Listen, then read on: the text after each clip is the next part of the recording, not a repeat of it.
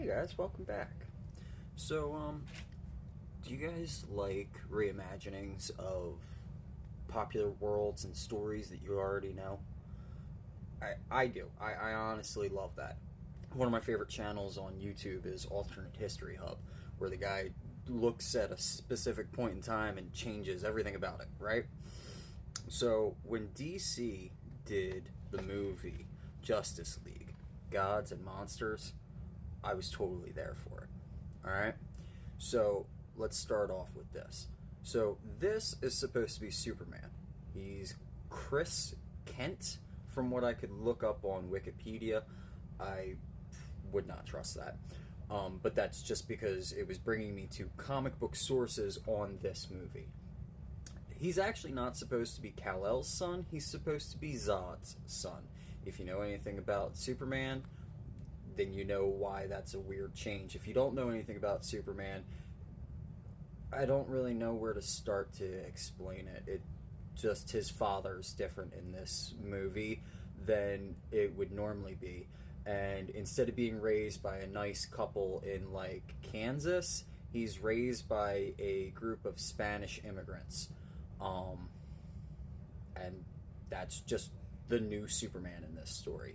Batman, if you guys remember the Batman story Man Bat, where a scientist is trying to gain the echolocation skills of a bat and injects himself with DNA from a bat and then becomes half man, half bat, and Batman now has to go after him, that's the guy.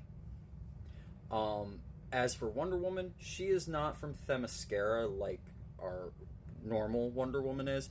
She's actually one of the new gods. If you remember from the Superman stories where there's an alien group fighting Darkseid, she's one of them.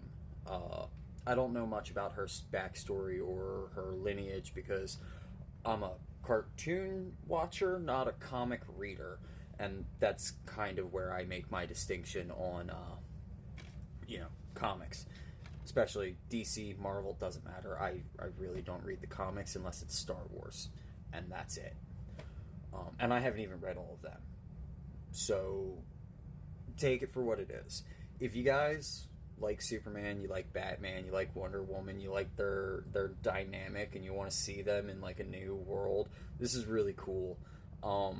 The one thing that you might not like, you might like, is that these guys are as brutal as it kind of comes while still being a person that's a force for justice.